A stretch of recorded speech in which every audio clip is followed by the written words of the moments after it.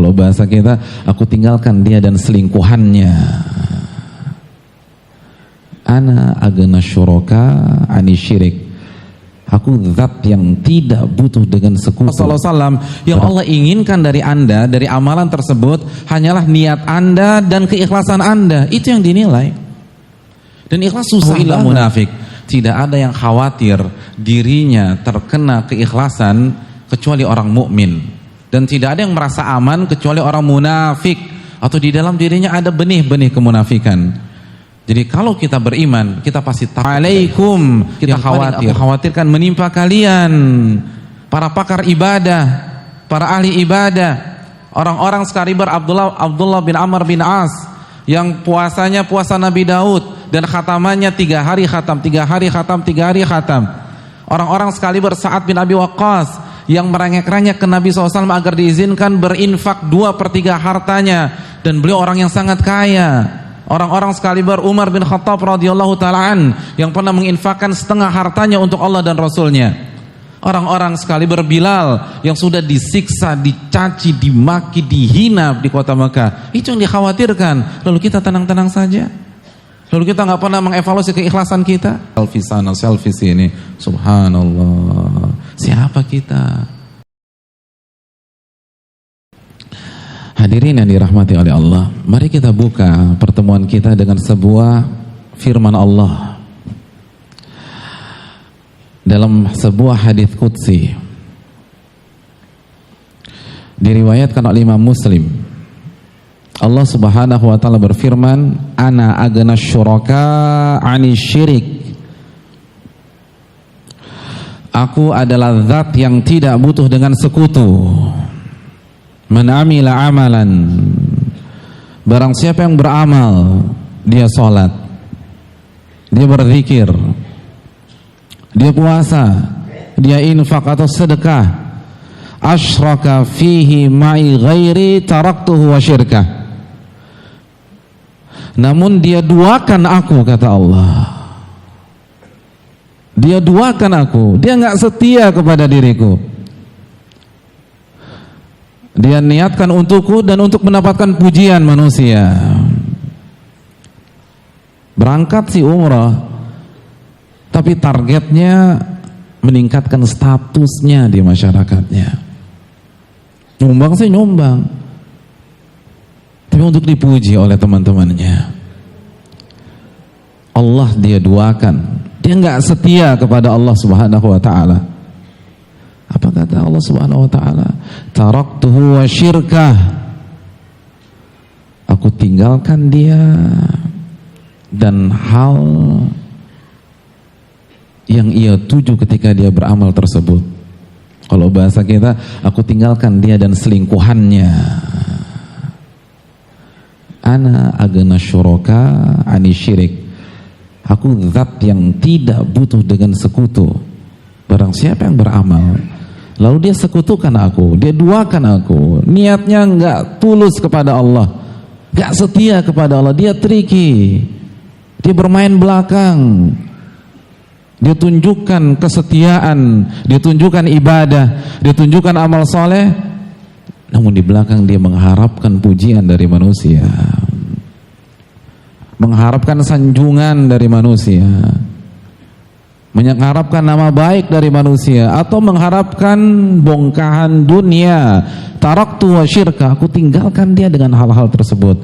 Ulama mengatakan pada hari kiamat nanti Allah perintahkan kita untuk meminta pahala dari hal-hal tersebut.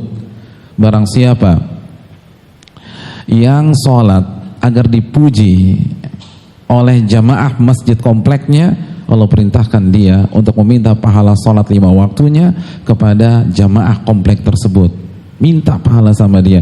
Kan Anda kan nggak mengharapkan saya, kata Allah. Anda kan harapkan pujian mereka. Udah minta aja sama mereka. Apabila seorang ustadz mengisi kajian untuk mengharapkan sanjungan dari jamaahnya, maka Allah perintahkan ustadz tersebut untuk meminta pahala dari jamaah-jamaahnya itu. Allah nggak mau kasih sama sekali. Taraktuhu wa syirkah, aku tinggalkan dia dengan objek yang dia incar tersebut. Hadirin yang dirahmati oleh Allah Subhanahu wa taala, Yang kita maksudkan dari tema yang kita angkat pada malam hari ini adalah keikhlasan kepada Allah Subhanahu wa taala. Jangan duakan Allah. Setialah kepada Allah dalam salat kita, puasa kita, zikir kita. Amalkan surat Al-An'am ayat 162. Qul inna salati wa nusuki wa mahyaya wa mamati lillah. Sesungguhnya salatku, sesembelihanku, ibadahku, semua ibadah kita, hidupku dan matiku aku persembahkan kepada Allah Subhanahu wa taala. Jangan duakan Allah. Dan ini inti dari Islam. Allah berfirman dalam surat Az-Zumar ayat 3, ala lillahi dinul khalis. Ketahuilah, hanya milik Allah agama yang ikhlas. Apa maknanya? Ulama mengatakan Allah nggak akan terima amal yang kita kerjakan lalu kita duakan Allah di sana. Kita harapkan manusia, kita harapkan dunia, kita harapkan pujian dan sanjungan dari pihak lain. Allah nggak terima. Karena yang Allah terima hanya orang-orang yang setia, orang-orang yang beribadah hanya kepada Allah, orang-orang yang sujudnya untuk Allah, orang-orang yang datang ke majelis ta'lim ini, ke Al-Azhar hanya mengharapkan ridha Allah, bukan ketemu teman SMA-nya, bukan hanya sekedar kongko-kongko di bawah, hanya mengharapkan wajah Allah Subhanahu wa taala. Kalau itu tidak terjadi, Allah hampaskan kita pada hari kiamat. Keikhlasan, hadirin yang dirahmati oleh Allah, itulah yang harus kita tekankan, kita camkan di dalam hidup kita. Ustaz, ini ada ini juga nih paradigma ikhlas itu biasanya kan ya rela lah, sebatas gitu arti bahasanya. Nah ini pertanyaan saya nih kok kenapa ini kita jadi justru ngebahas hal-hal yang apa ya, dasar gitu ya, ikhlas itu. Kenapa harus diangkat sampai secara khusus di kajian kita ini? Ini kan bukannya hal-hal yang paling istilahnya dasar dari sesuatu, Ustaz. Iya, makasih Mar. Jazakallah khairan. Ya mungkin banyak orang bingung ya, kok materinya ikhlas sih Ustaz? Ikhlas kan basic banget. Dari waktu kita TPA juga Pak Ustadz bilangnya ikhlas, ikhlas, ikhlas. Anak SD juga tahu Ustadz, ngapain gue jauh-jauh datang ke Al-Azhar cuma dengerin masalah ikhlas. Waktu di madrasah tuh ikhlas juga materinya. Kenapa kita perlu mengangkat materi ikhlas? Hadirin yang dirahmati oleh Allah Subhanahu wa taala. Ikhlas itu murni. Memurnikan niat kita hanya untuk Allah. Ikhlas itu setia. Dan kenapa perlu kita ulang lagi, bahas lagi, ditekankan lagi? Karena banyak para ulama mengatakan inilah amalan terberat di dalam Islam. Ini amalan tersulit di dalam Islam. Hanya orang-orang yang tidak paham esensi ikhlas yang meremehkan keikhlasan. Fudail bin Iyad mengatakan innama yuridullahu ta'ala minka niyataka wa iradatak. Sesungguhnya ketika Anda beribadah dengan ibadah yang sesuai dengan sunnah Rasulullah SAW, yang Allah inginkan dari Anda, dari amalan tersebut hanyalah niat Anda dan keikhlasan Anda. Itu yang dinilai. Dan ikhlas susah banget.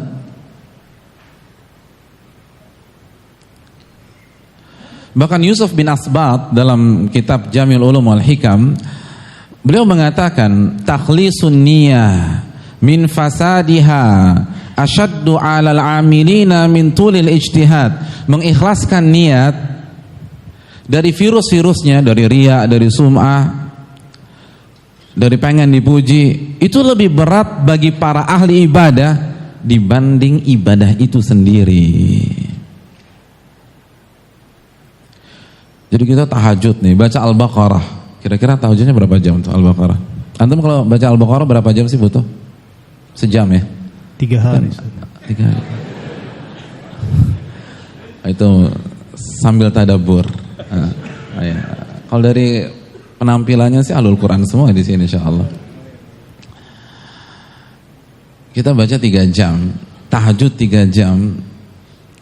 itu menjaga keikhlasan saat selesai tahajud 3 jam itu lebih berat daripada tahajud itu sendiri. Kita haji itu berat banget, capek, persiapannya matang, nabung, mungkin 10 tahun, 15 tahun, lalu berangkat, semua bekal dibawa, lalu begitu tanggal 8 masuk ke Mina, hari Tarwiyah, lalu mabit 9-nya berangkat ke Arafah, lalu setelah maghrib berangkat lagi ke Musdalifah, lalu tidur beratapkan langit, lalu setelah itu balik lagi ke Mina, dari Mina ke Masjidil Haram untuk tawaf dan sa'i, lalu masuk Mina lagi, lalu lempar jumrah selama 3 hari berturut-turut. Iya, capek, lelah, letih. Tapi menjaga keikhlasan ketika kita haji lebih berat daripada haji itu sendiri. Kita kalau haji capeknya berapa lama sih? Tanggal 8, 9, 10, 11, 12, 13, 6 hari. Capek memang. Tapi jaga keikhlasan. Misalnya ada teman kita haji, begitu tawaf wada mau balik ke Indonesia, dia komit dengan Allah di Masjidil Haram depan Ka'bah. Ya Allah, pokoknya saya akan jaga keikhlasan saya. Saya nggak mau cerita-cerita kayak tentang kehebatan saya tawaf, sa'i dan seterusnya. Ini rahasia saya dengan Allah ya. Ini rahasia saya dengan Engkau ya Allah. Nggak ada yang boleh tahu air mata saya ketika saya sujud, ketika saya di Arafah. Itu hajinya tahun 90 misalnya.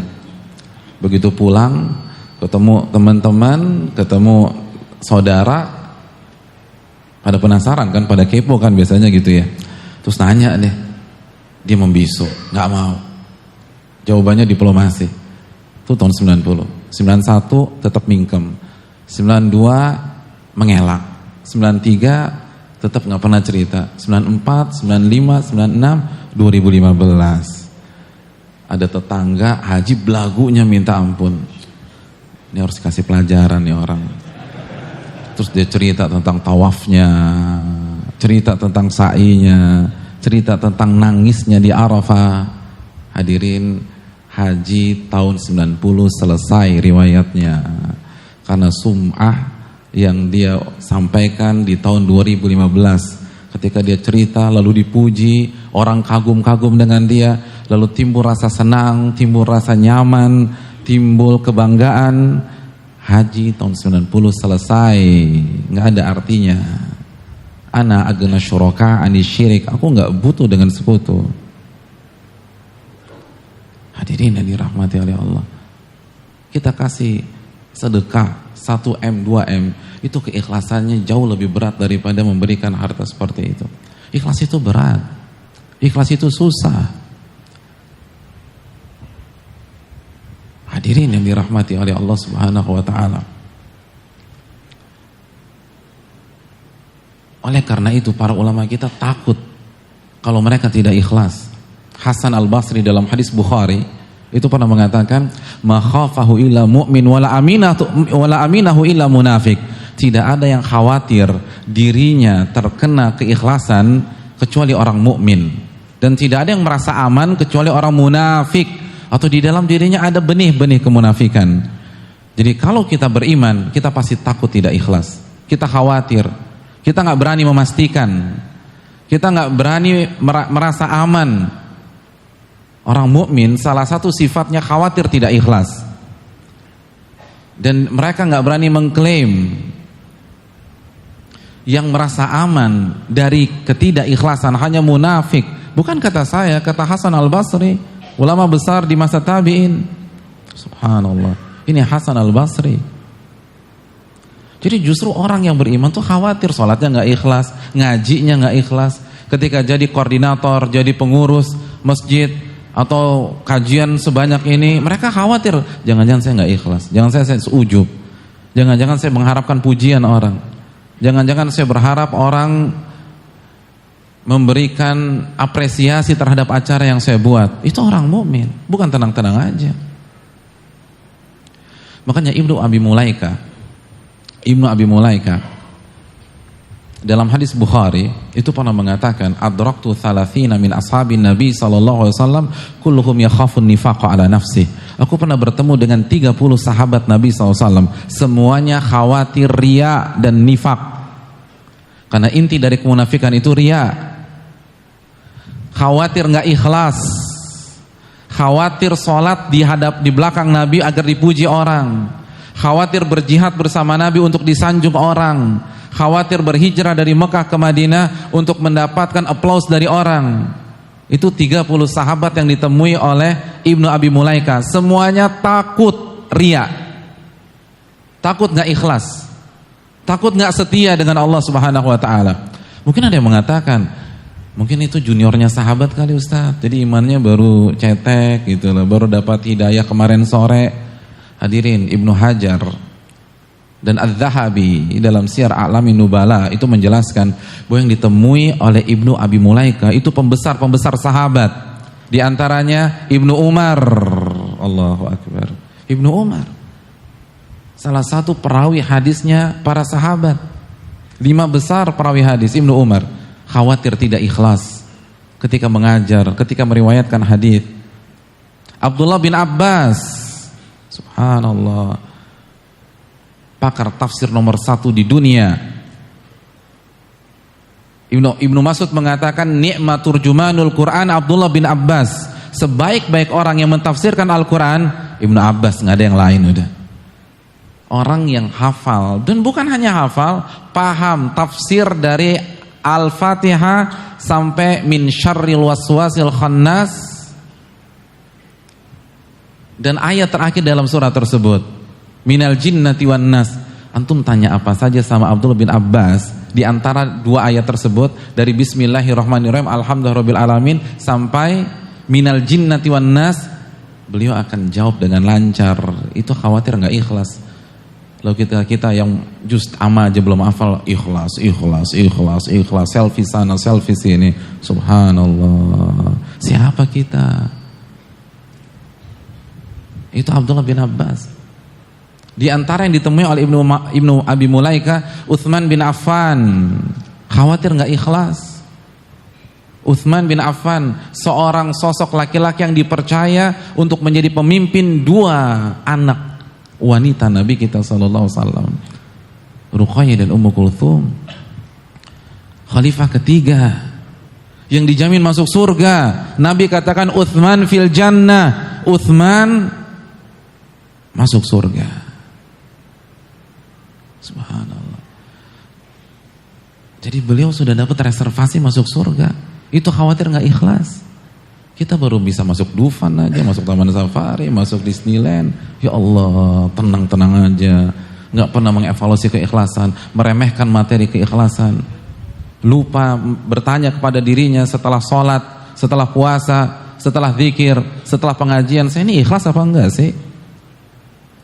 Di antara yang ditemui oleh Ibnu Abi Mulaika, Aisyah radhiyallahu taala anha. Allahu akbar. Ibunda kita, istri Nabi sallallahu alaihi wasallam, yang kulit beliau senantiasa bersentuhan dengan kulit Nabi sallallahu alaihi wasallam, yang tidur satu ranjang dengan Nabi sallallahu alaihi wasallam. Khawatir enggak ikhlas? Subhanallah. Itu istri Nabi. Kita baru kenal ustadz saja. Kalau ustadz kenal syekh saja, ya Allah, malu kita. Dan ini untuk kita semua, termasuk yang berbicara. Siapa kita? Ini orang-orang besar, khawatir tidak ikhlas. Dan kekhawatiran mereka beralasan. Bagaimana orang nggak khawatir? Sedangkan Nabi SAW saja bersabda dalam hadis yang juga dikeluarkan Imam Suyuti, dan beberapa riwayat disampaikan juga oleh Imam Hakim. Nabi mengatakan, asyirku fikum akhfa min dabibin namli. Kesyirikan atau ketidakikhlasan itu berada di tengah-tengah kalian dengan wujud yang sangat samar, lebih samar daripada semut hitam, kata Nabi. Dalam riwayat yang lain, ala safa fil lailatil dhalma. Ketidakikhlasan itu menyelinap di dalam diri kita, di dalam hati kita, di dalam pola pikir kita. Itu lebih samar daripada semut hitam yang sedang nongkrong di batu hitam di tengah kegelapan malam tanpa cahaya rembulan. Kira-kira ngelihatnya gimana? Itu pakai Google Earth juga susah. semut hitam, nongkrongnya di batu hitam, gak ada cahaya sama sekali. Seperti itulah kesyirikan bermain di dalam hati kita. Oleh karena itu, dalam hadis riwayat Imam Ahmad dalam kitab Musnadnya, Nabi kita SAW bersabda, akhwafu ma akhafu alaikum asyirkul asghar. Yang paling aku khawatirkan menimpa kalian adalah syirik kecil. Itu sahabat terperangah dan bertanya kepada Nabi SAW, wa ma huwa syirkul asghar ya Rasulullah? Apa yang dimaksud dengan syirik kecil wahai Rasulullah? Nabi menyatakan ar-riya, riya. Yang paling aku khawatirkan menimpa kalian. Saya ingin tanya, karena Nabi SAW itu bersabda dengan wahyu, An-Najm ayat 3 dan 4, wa ma yantiqu anil hawa. Nabi tidak berbicara dengan hawa nafsunya, namun wahyu yang Allah wahyukan kepada beliau. Dan dalam hadis ini Nabi menggunakan kalian. Nabi tidak katakan yang paling aku khawatirkan atas umatku, tidak. Tapi Nabi katakan yang paling aku khawatirkan menimpa kalian. Saya ingin tanya, kalian dalam bahasa itu kata ganti orang keberapa? Ayo. Ada yang bilang 3, Anda bilang 2, terus baru 2 pendapat. Masya Allah, terjadi khilaf di antara jamaah Al-Azhar. Oh, ini potensi konflik di antara antum besar nih. Masalah kata ganti bisa khilaf. Ini kan pelajaran SD dulu, kalau nggak salah nggak ada khilaf deh. Ada khilaf, Mor? Karena sih sepakat ya Ustaz ya. Sepakat sama bingung antum ya. Maksudnya.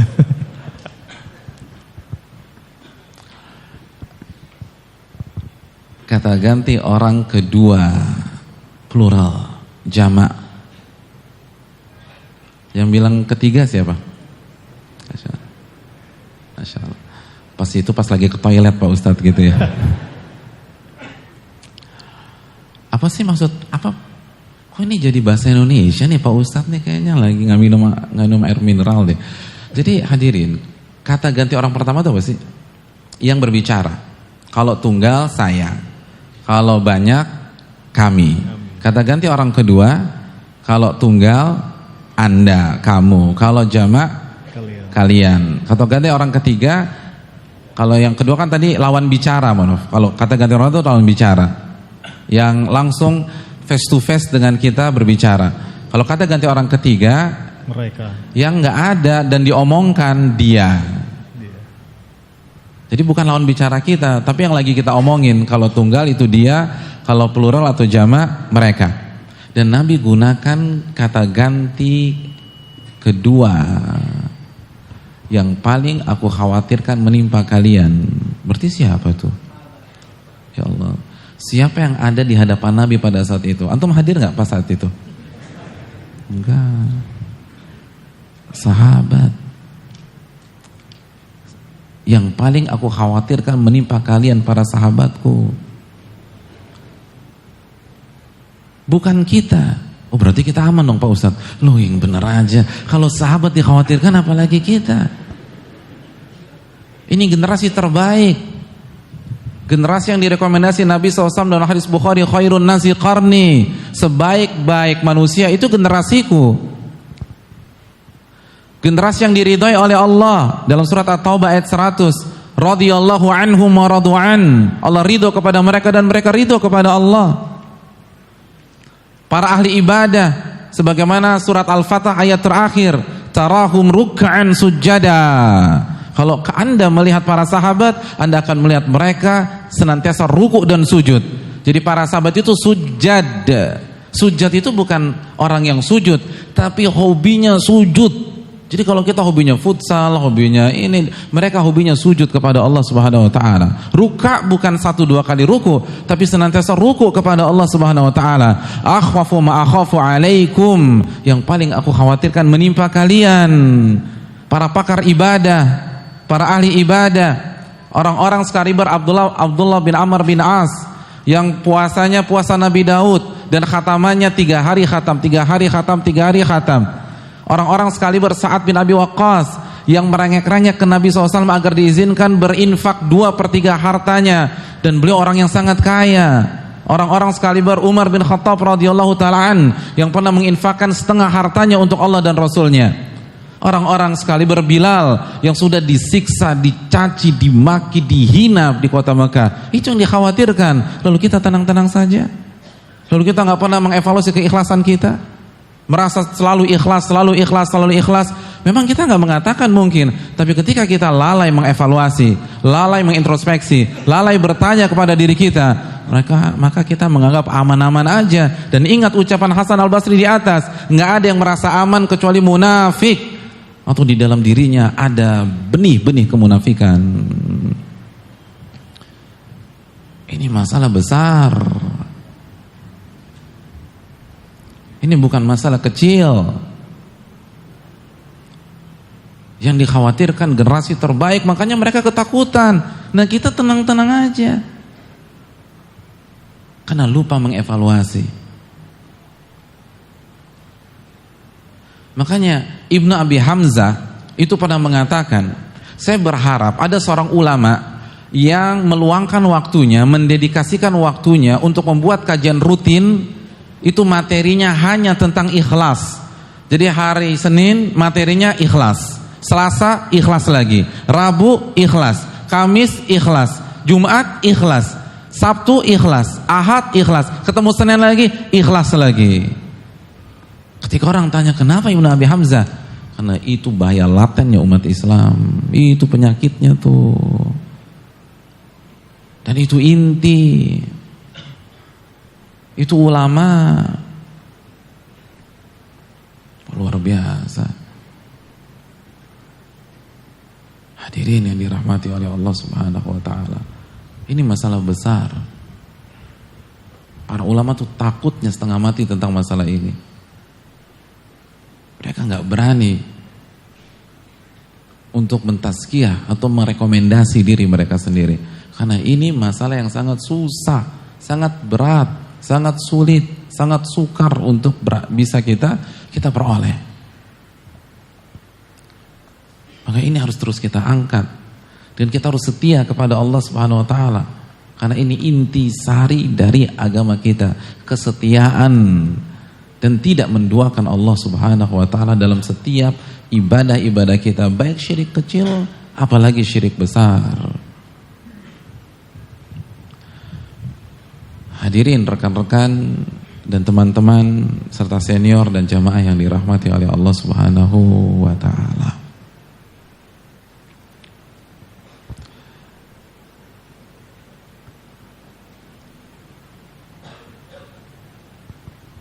Banyak sekali para ulama yang khawatir terhadap masalah ini.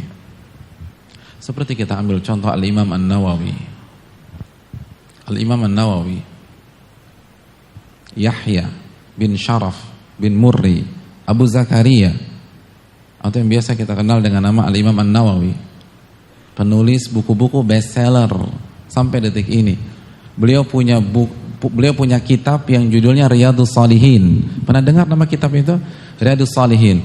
Itu ulama melakukan survei, dan survei membuktikan bahwa Riyadhus Shalihin adalah kitab yang paling populer dan yang paling diterima dan yang paling tersebar di tengah-tengah umat Islam. Ranking kedua. Kitab ini hanya kalah dari satu kitab yang menempati ranking pertama. Kitab apa itu? Kitab apa? Sahih Bukhari. Kitabullah. Apa kitabullah? Al-Quran. Iyalah, yang paling tersebar kan Al-Quran. Yang paling banyak dibaca Al-Quran. Nah, ranking keduanya Riyadhus Shalihin. Riyadhus Shalihin.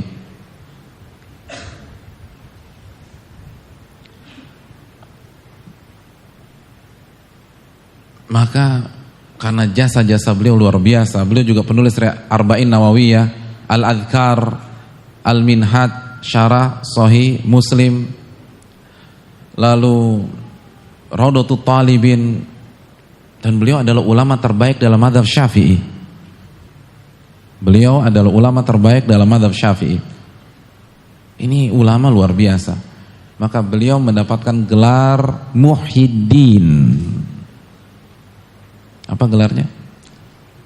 Jadi bukan LC gelarnya, bukan MA, bukan doktor, bukan 3 huruf P atau H atau D di belakangnya, tapi Muhyiddin. Apa arti Muhyiddin? Penghidup agama. Ini lebih prestisius daripada LC, daripada MA. Penghidup agama, seakan-akan Islam itu mati suri, lalu dihidupkan lagi oleh Imam Nawawi dengan karya-karya beliau dan ilmu beliau. Dan beliau nggak pernah minta dapat gelar tersebut, beliau nggak pernah ngarep. Tapi para ulama memberikan gelar Muhyiddin. Begitu beliau dengar bahwa beliau mendapatkan gelar Muhyiddin, apa responnya? Apa statementnya? Kalau orang sekarang dapat Nobel atau titik-titik of the year gitu, of the month, kira-kira dia ngomong apa ya? Imam Nawawi mengatakan sebuah statement yang selalu dikenang oleh sejarah, dicatat oleh Imam As-Sakhawi, ma aj'alu fi hillin man laqabani Muhyiddin. Aku tidak halalkan dan aku akan tuntut sampai hari kiamat orang yang memberikan gelar Muhyiddin kepada diriku. Allahu Akbar. Orang yang kasih gelar mau dituntut sama Imam Nawawi. Saya nggak terima. Ini siapa nih orang yang berani-berani begini? Kenapa demikian? Karena takut nggak ikhlas. Karena analisa yang jeli dari Imam Nawawi, semakin tinggi gelar seseorang, semakin sulit ikhlas. Iya nggak sih? Saya ingin bertanya, yang paling berpotensi riya, sum'ah, sombong, yang gelarnya S3 atau SD? Nah, kok bingung sih, susah banget. Nah. Yang paling berpotensi sombong itu yang gelarnya apa? S3. Yang berpotensi riya, sombong, pengen dipuji, itu yang ranking 1 dari depan atau ranking 1 dari belakang? Hadirin sekalian, semakin tinggi gelar seorang itu semakin susah untuk ikhlas. Semakin dia terlihat menonjol, itu semakin berat untuk ikhlas. Karena pengen dipuji, pengen disanjung, miss akhirnya terpukau dengan kehebatan dirinya sendiri. Adapun yang ring 1 dari belakang mah gak ada yang disombongin. Kalau dia masih sombong juga gak punya perasaan tuh orang. Yang potensi sombong tuh ring 1 yang juara-juara kelas, yang dipanggil ke podium. Dan itu ditangkap oleh jeli oleh Imam Nawawi. Makanya ketika beliau mendapatkan penghargaan ini nggak terima beliau, karena beliau takut. Ini bukan kasih penghargaan, ini kasih PR buat saya. Kayak buat misalnya kita buat miniatur Lego, itu dihancurin lagi sama dia. Ya buat dari awal. Allahu Akbar. Saking takutnya nggak ikhlas. Itu Imam Nawawi. Ibadahnya luar biasa, cerdasnya minta ampun. Beliau adalah pensyarah Sahih Muslim. Antum punya buku Sahih Muslim? Seperti ini nih bukunya. Itu hadis-hadisnya beliau syarah semua. Dijelaskan apa makna kata-kata yang sulit, apa kandungannya, apa hukumnya. Dan yang luar biasanya beliau syarah tanpa ada Sahih Muslim di depan beliau. Beliau syarah dengan hafalannya semua. Jadi gak pakai buku. Menjelaskan Sahih Muslim. Itu kalau ada kajian Sahih Muslim di Al-Azhar, lalu ininya Imam Nawawi, itu nggak pakai buku beliau, langsung hadis pertama begini, hadis kedua begini, hadis ketiga begini, dan tepat mensyarah Sahih Muslim nggak pakai buku. Imam Nawawi rahimahullahu taala.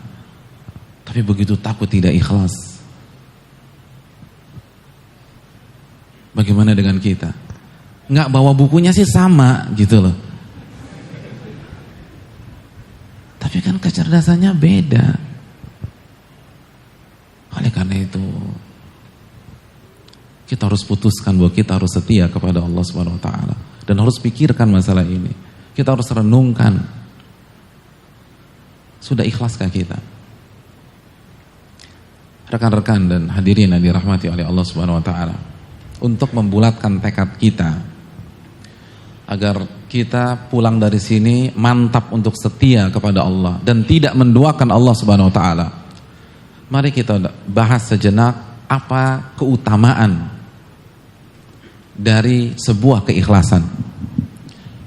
Karena sebagaimana yang sudah kita pelajari saat kita mempelajari tentang ilmu, bahwa manusia selalu bermain dengan asas keuntungan.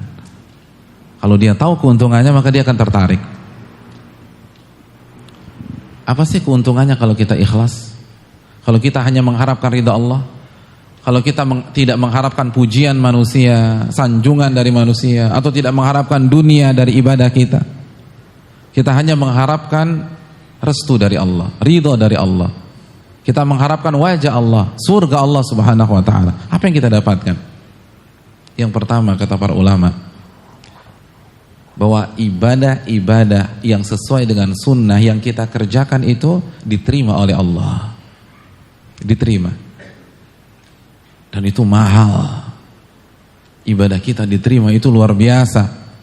Karena Allah tidak terima ibadah yang tidak ikhlas. Innamal a'malu binniyat wa innamal likulli imri'in ma nawa. Sesungguhnya amal ibadah itu tergantung niatnya, dan seseorang akan diganjar sesuai dengan niatnya tersebut. Salat kita, zikir kita, kajian kita, sumbangan kita, kalau nggak ikhlas nggak diterima oleh Allah Subhanahu Wa Taala, nggak diterima. Sebanyak apapun, karena Nabi mengatakan innamal a'malu binniyat, sesungguhnya amal ibadah itu tergantung niatnya, dan kita akan diganjar sesuai dengan niatnya. Kalau kita mendua, nggak dapat apa-apa dari Allah. Walaupun ibadah yang kita kerjakan itu begitu luar biasa. Makanya sampel yang digunakan oleh Nabi dalam hadis di atas adalah sebuah ibadah yang sangat berat. Ibadah apa? Hijrah. Nabi katakan faman kanat hijratuhu ilallahi wa rasulihi fa hijratu ilallahi wa rasulihi. Barang siapa yang hijrahnya untuk Allah dan Rasulnya, maka ia akan mendapatkan Allah dan Rasulnya, karena dia tidak menduakan Allah, hanya mengharapkan wajah Allah. Wa man kanat hijratuhu lidunya. Namun barang siapa yang hijrahnya untuk mendapatkan dunia, dia duakan Allah. Karena di sana finansialnya lebih menunjang, lebih bisa menguntungkan. Awi imra'atin yankihuha, atau di sana ada cewek cantik yang ingin dia nikahi. Jadi hijrah itu cuma modus saja, udah ada yang incar gitu loh. Maka apa kata Nabi? Fahijratuhu ila ma hajara ilaihi. Maka hijrahnya itu hanya untuk yang ia niatkan. Dia nggak dapatkan Allah, dia tidak akan dapatkan Rasulullah, dia hanya mendapatkan dunia, dia hanya mendapatkan wanita tersebut. Adapun pahala tidak, adapun akhirat tidak, adapun surga tidak. Ibadahnya tidak diterima oleh Allah Subhanahu wa taala. Dan yang sangat perlu kita resapi, Nabi menggunakan sampel hijrah. Allahu akbar, hijrah. Hijrah dari Mekah ke Madinah. Ingat, beliau sampaikan itu di hadapan para sahabat. Dan hijrah pada detik itu adalah Mekah ke Madinah. Mekah ke Madinah, berapa jaraknya? 450 kilo sampai 500 kilo jalan kaki, dengan trek yang begitu berat. Kalau nggak ikhlas nggak diterima sama Allah, nggak peduli. Hijrah bukan pindah-pindahan. Ketika orang-orang sekaliber Abu Bakar hijrah, Umar hijrah, Uthman hijrah, Abdurrahman bin Auf hijrah, Sa'ad bin Abi Waqqas hijrah, itu tokoh-tokoh besar orang Quraisy, orang-orang kaya orang Quraisy. Itu ketika mereka hijrah, mereka hanya bawa baju. Semua kekayaannya mereka tinggal di Madinah. Ribuan onta mereka mereka tinggalkan di Mekah. Ribuan onta mereka tinggalkan di Mekah. Kambing-kambing mereka tinggalkan di Mekah. Dan mereka tinggalkan rumah beserta tanah-tanah mereka. Subhanallah. Dan tanah di Mekah itu gila-gilaan harganya. Di Kebayoran berapa 1 meter? Tergantung Ustaz. Kalau udah jadi mall mahal Ustaz. Rumah antum tanahnya 1 meter berapa sih? 1 meter. Di Mekah, di ring 1 Masjidil Haram, harga 5 tahun yang lalu itu 100.000 US dollar.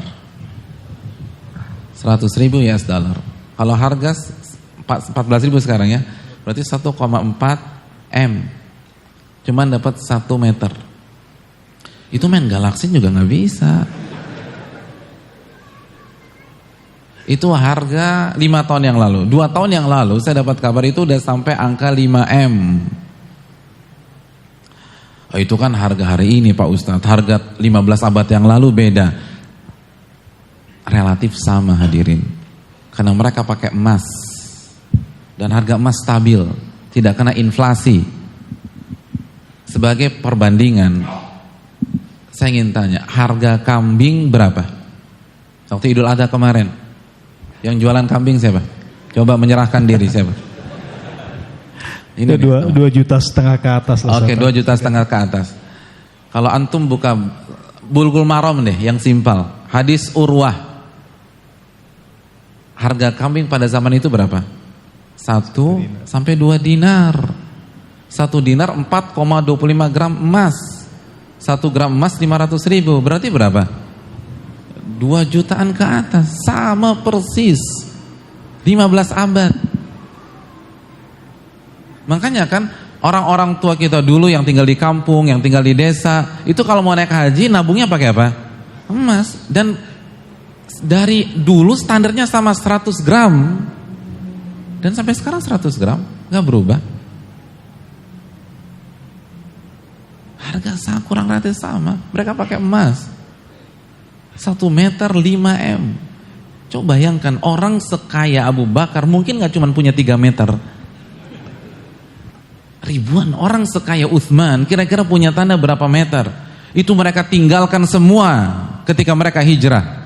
Mereka tinggalkan semuanya tanpa tersisa.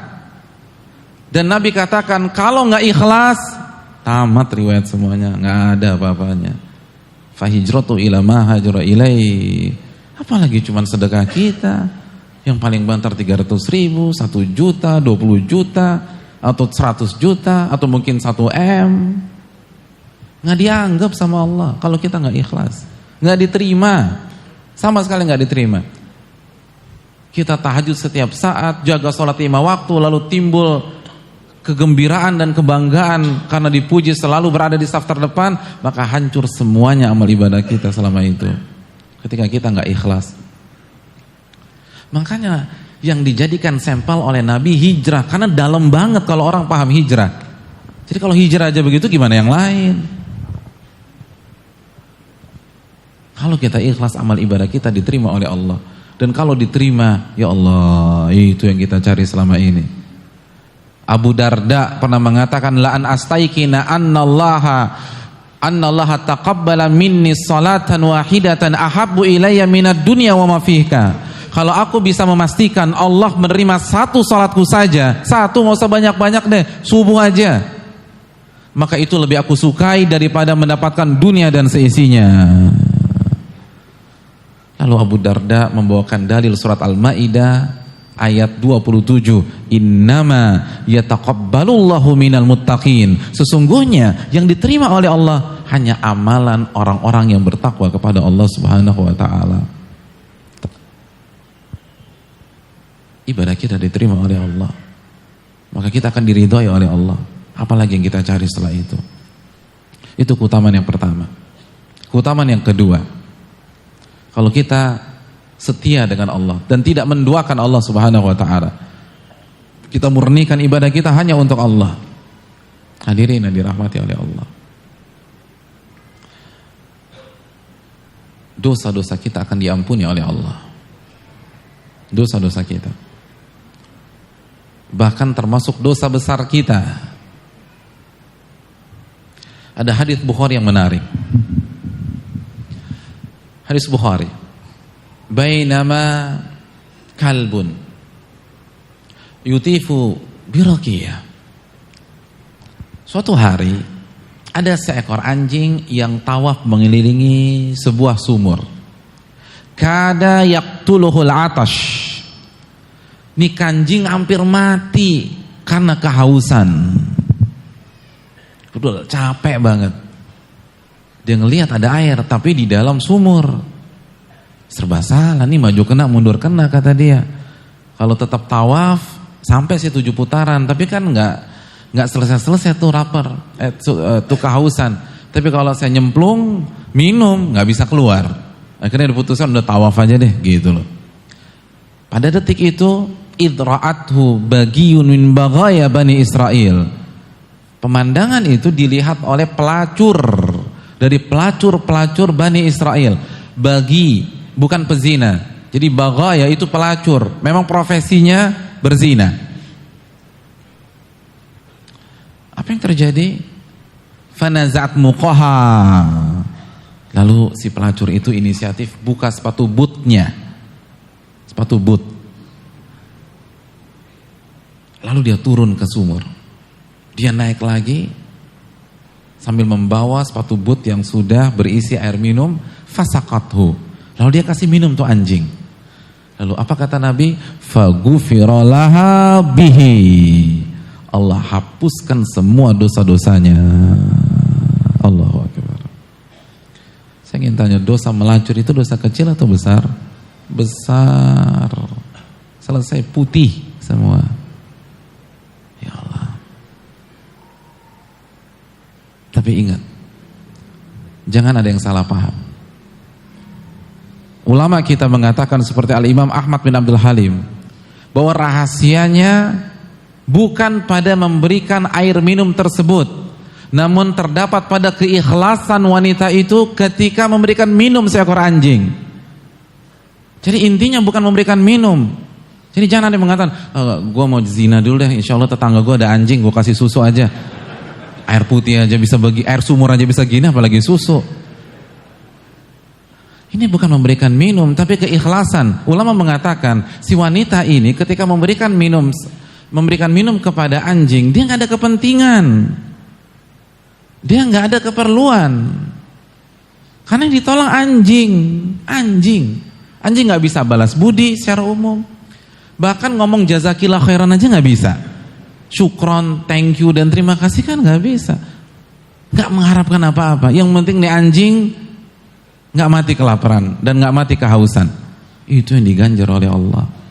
Dari sini keluar hukum bahwa keikhlasan itu bisa menghapuskan seluruh dosa-dosa besar kita. Makanya jaga keikhlasan kita kepada Allah. Ini dosa kita udah kebanyakan nih, numpuk. Benar nggak? Coba siapa yang nggak pernah berdosa? Coba. Hari ini yang belum berdosa siapa? Oke, kita dari asar tadi yang belum berdosa siapa? Subhanallah. Yang dosanya baru 3 siapa? Dari asar. Nah, memang kelihatan sih dari muka-mukanya memang banyak dosa semua. Dan termasuk yang bicara banyak dosa. Siapa sih yang gak pernah berdosa? Semua kita pendosa. Kullu bani Adam khata. Setiap anak Adam banyak melakukan dosa. Ini kesempatan kita untuk memutihkan dosa-dosa kita. Ikhlaskan niat kita ketika kita sholat, ketika kita tahajud, ketika kita duha, ketika kita berdakwah, ketika kita jadi panitia, ketika kita datang untuk mengerjakan sholat berjamaah di masjid. Ikhlaskan niat kita, maka Allah akan putihkan seluruh dosa-dosa kita.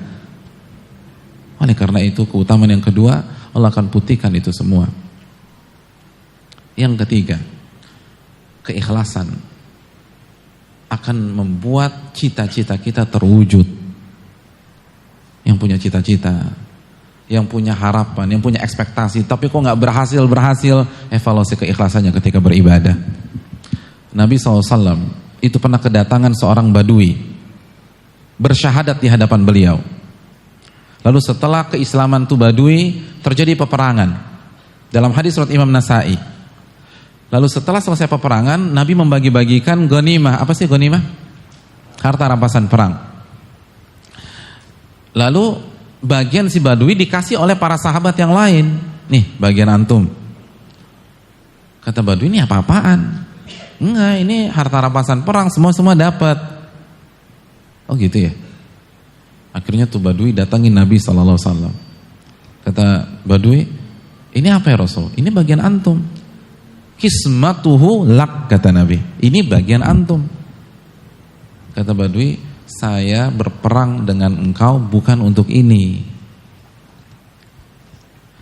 Tapi saya berperang dengan engkau, berjihad dengan engkau agar panah musuh menembus leher saya dan tembus ke belakang. Maksudnya apa? Saya berjihad agar mati syahid, itu aja. Dikembaliin sama dia. Padahal saya ingin tanya, mendapatkan harta rampasan perang itu boleh apa enggak? Boleh, gak ada masalah. Sahabat-sahabat yang lebih mulia dari beliau ambil. Tapi namanya badui, polos, terus juga nggak ada. Nah, orang-orang badui itu kan tinggal di luar kota, artinya nggak tersentuh peradaban, life cost-nya nggak besar, seadanya. Jadi nggak mikirin apa-apa, dikasih dan mengatakan saya berjihad bukan untuk ini. Apa kata Nabi SAW? Catat baik-baik sabda ini. Nabi katakan, intasdukillaha yasduka. Jika Anda jujur dengan Allah, ikhlas kepada Allah, ketika ngomong demikian, Allah akan wujudkan cita-cita Anda. Lihat Nabi SAW. Nabi gak kasih janji-janji surga. Nabi gak muji langsung. Karena siapa yang tahu niat orang. Tapi Nabi memberikan sebuah kaedah. Kalau Anda jujur,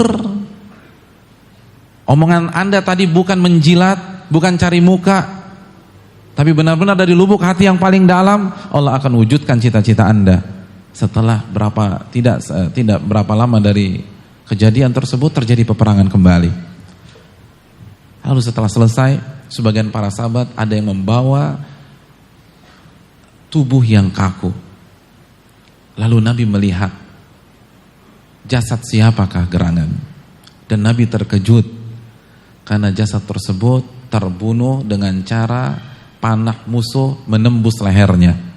Lalu Nabi tanya, ahu, ini orang yang dulu ya? Yang tuh ngomong sama saya. Kata para sahabat, iya. Ini dia, badui ini ya Rasulullah. Apa kata Nabi? Sadaqallah, fasadaqah. Dia telah jujur kepada Allah dan Allah wujudkan cita-cita dia. Keikhlasan akan membuat cita-cita kita terwujudkan, baik di dunia maupun di akhirat. Dan kalau ternyata yang kita inginkan kita tidak dapatkan, Allah berikan yang lebih baik dari itu. Oleh karena itu mari kita evaluasi diri kita. Kalau ternyata keinginan kita yang kuliah misalnya nggak tamat-tamat, istiqomah di kampusnya udah 8 tahun, udah 9 tahun, udah 10 tahun, evaluasi keikhlasannya. Ini ada apa nih? Jangan-jangan sholat saya nggak ikhlas. Jangan-jangan kehidupan saya tidak ada keikhlasan kepada Allah Subhanahu wa taala. Yang banyak utang tapi nggak bisa bayar-bayar, ada aja. Utang sana lalu tutup pakai hutang sini. Jangan menduakan Allah Subhanahu wa taala. Kalau kita benar-benar ikhlas ingin bayar, lalu kita perbaiki sholat kita, Allah akan mudahkan itu semua. Hadirin yang dirahmati oleh Allah, ikhlaskan. Hanya mencari wajah Allah Subhanahu wa taala. Maka semuanya akan kita dapatkan biidznillah ta'ala. Evaluasi dan terus evaluasi. Mungkin itu yang bisa saya sampaikan pada kesempatan kali ini.